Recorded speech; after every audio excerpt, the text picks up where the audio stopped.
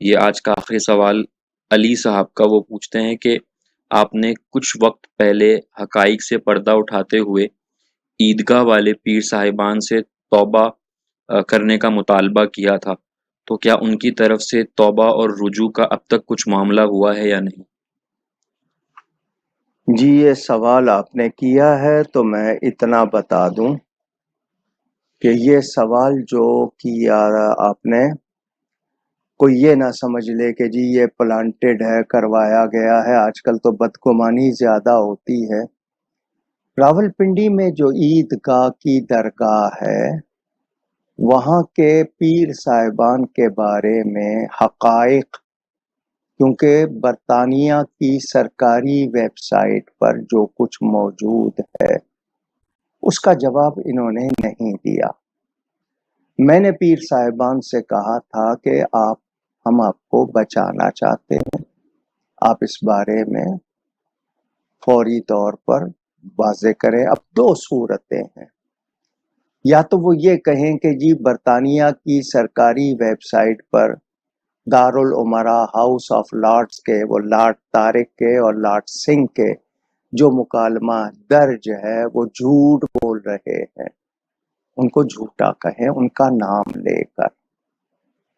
اگر ان کو یقین ہے اور یہ جس طرح کہہ رہے ہیں تو یہ یقین سے ان کا نام لے کر کہیں۔ ایک تو یہ صورت ہے ان کے بچاؤ کی۔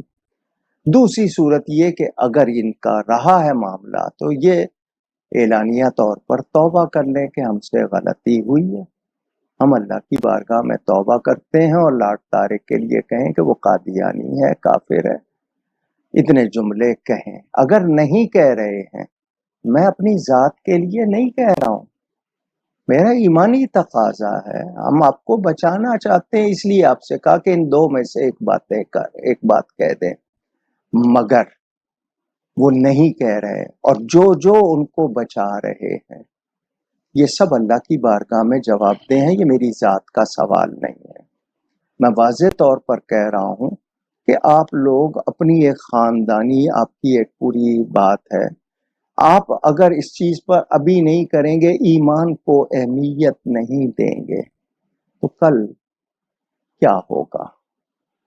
کیا آپ اللہ کے سامنے بھی چھپا لیں گے، بہانہ کر لیں گے؟ اور وہ لوگ جو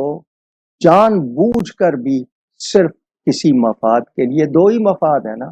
ویزے ہیں، دنیا ہے، مال ہے، اور کیا ہے، اگر اس کے لیے کوئی آپ کو پروٹیکٹ کر رہا ہے، آپ کو بچا رہا ہے، اور آپ حق نہیں، آپ کے لیے حق بات نہیں بتا رہا، اور آپ بھی حق کی طرف نہیں آ رہے، تو پھر آپ اللہ کا اور اس کے رسول کی بارگاہ میں کیا جواب دیں گے، یہ آپ کو سوچنا ہوگا۔ ہم شریعت کے تقاضوں کو، سنت کے تقاضوں کو ملحوظ رکھتے ہوئے آپ کو بچانے کے لیے رائے دے رہے ہیں کہ دو راستے ہیں، یا تو لارڈ طارق اور لارڈ سنگھ کو جھوٹا کہیں کہ وہ قادیانی کافر جھوٹ بول رہے ہیں، اور یا یہ کہیں کہ جی ہم سے غلطی ہوئی ہے، ان کو ہم قادیانیوں کو کافر مانتے ہیں، اور جو ہم سے ہوا ہے ہم اس پر سچی توبہ کرتے ہیں، جو توبہ کا حق ہے شرعی وہ پورا کریں، اس کے بغیر یہ لوگ کلیئر نہیں ہو سکتے۔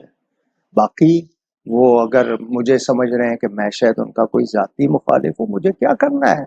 کوئی ذاتی مخالفت نہیں ہے۔ اسی طرح اگر کسی نے یہودیوں کی اس میں جا کر ان کی کوئی رسمیں ادا کی ہیں تو اس پر جو شرعی توبہ ہے وہ آنی چاہیے سامنے۔ یہاں کتنے لوگ ہیں جنہوں نے دوسروں کو بلا کے مختلف باتوں پہ توبہ کروائی ہے، تو کیا یہ بات توبہ والی نہیں ہے؟ اور ایسے لوگوں پر جو الزام ہے کیا وہ توبہ والے نہیں ہیں؟ اللہ تعالیٰ کی بارگاہ میں توبہ کرنی ہے، اور توبہ کرنا یہ کوئی بری بات تو نہیں ہے۔ اللہ کی بارگاہ میں اپنے آپ کو پیش کر کے توبہ کر کے بری کرائے، اور لوگوں کا بھی ایمان محفوظ کرائے، ورنہ آپ اللہ کے سامنے بھی جواب دیں،